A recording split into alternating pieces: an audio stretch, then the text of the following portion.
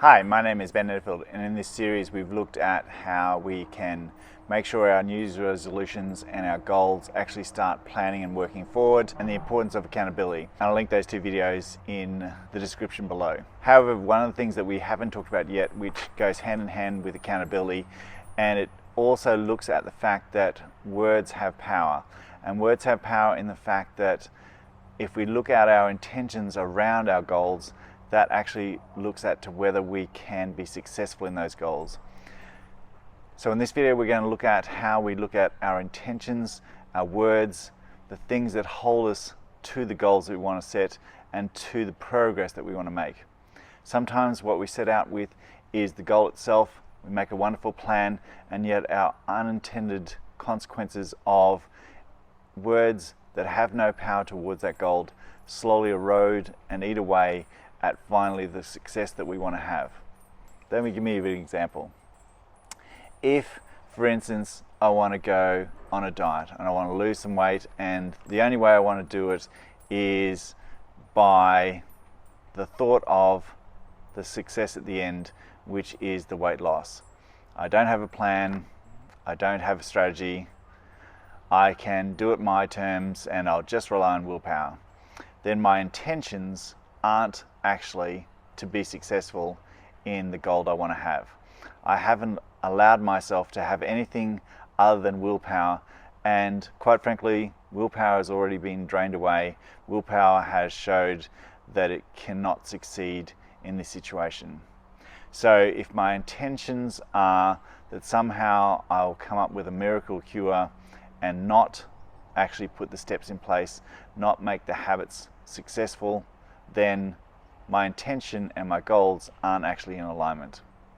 However, if I look at the simple example of making sure I have meal plans, making sure I've put a time aside to actually go shopping or to make sure my purchases are online, I'm actually fulfilling parts of those steps to make the goal successful, and understanding that goal success is borne out through a series of small steps, small, reliable, repeatable benchmarks on the way through to the overall goal. This makes the intention and the goal and the strategy all line up into one.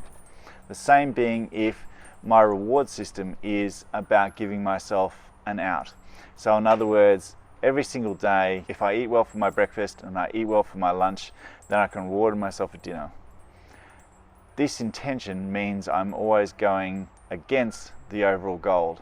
In other words, if I'm having a reward meal every time I sustain one effort, then the amount of efforts I have to sustain to be able to actually compensate for the goal don't make it worthwhile. So let's look at how we can actually use intention with strategies that make us power words towards our goal. So if we just look at the word itself, intention. Intention is an action word, whereas desire is wishing and longing for something to actually change. So if our intention words are making sure that we're setting ourselves up to actually have success, making sure that we've got those strategies in place, making sure that we've actually got a plan that we're going to stick with, and making sure it's actually there for the long term, not for just a short term gain. Making sure our intentions are set around our plan, go and complement with it, helping our mindset be in the same sort of alignment rather than actually be switched against what we actually want to achieve. So is our intention to be open to advice and making sure that we can hear people that have gone on the same journey as us, understanding what can work best, what things they found as roadblocks, and helping us understand our own mental attitude towards the things that we want to build on. Looking at, is our intention to be flexible and open to change as needed. Sometimes that when we first wrote a plan or made a strategy, then when the rubber hits the road, that we understand that sometimes we've got to work around things, making things doable rather than perfect. If we allow our attentions to get bogged down in that this plan must be perfect and it must have every step of the way categorized, ticked off, then we're not allowing ourselves just to be in a workable place that allows our life to have many nuances and many different things that can collide into it at the same time, and yet still have the strategy to come out on top and make sure we're working towards the better thing that we're actually trying to do? Are we looking to share our goals with a friend and making sure those intentions of sharing a goal aren't one-upmanship or dragging someone else down? Are we making sure that intention to have a tribe around us is to lift us up and to make sure the goal is possible rather than excuses to hold us back?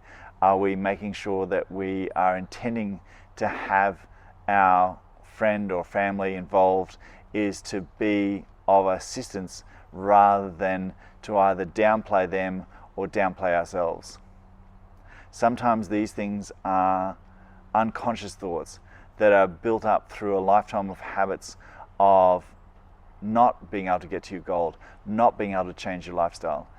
And yet, if we have our intentions as pure towards the goal that we want to have, making sure those little voices that come along are in line with that intention, making sure they're in line with our strategy, and this keeps us on track to making sure the goal that we want at the end of the day is actually workable and doable. So affirmations then isn't about just making sure that you're saying the right things. Intentions are not only the words that we're using, but is there an action to go with it?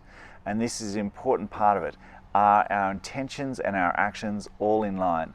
Are we making sure that everything that we are saying and doing is actually lining up to making sure we're putting our best foot forward to achieving the goal itself? So looking at our intentions is an important thing between accountability and making sure that the goal we want is actually the thing we want to achieve.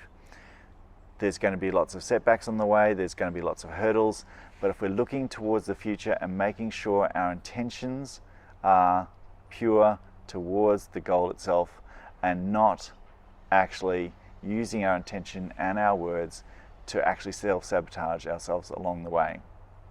Goals are hard enough to achieve as it is sometimes. Why would you want to self-sabotage yourself?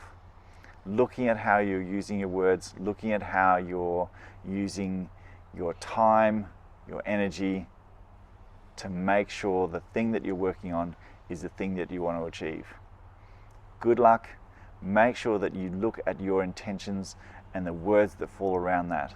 Words, after all, have power. The person you spend the most time with all the time is yourself. So if you're not even using powerful words around yourself, not even using the words that you want to achieve that make it a workable situation, make it an achievable situation, then why would the goal itself work out for you? I hope this little reminder helps, and please check out the other links in the description for the other videos about the goals themselves and accountability, and I hope those three little things help you get towards the change that you want to make.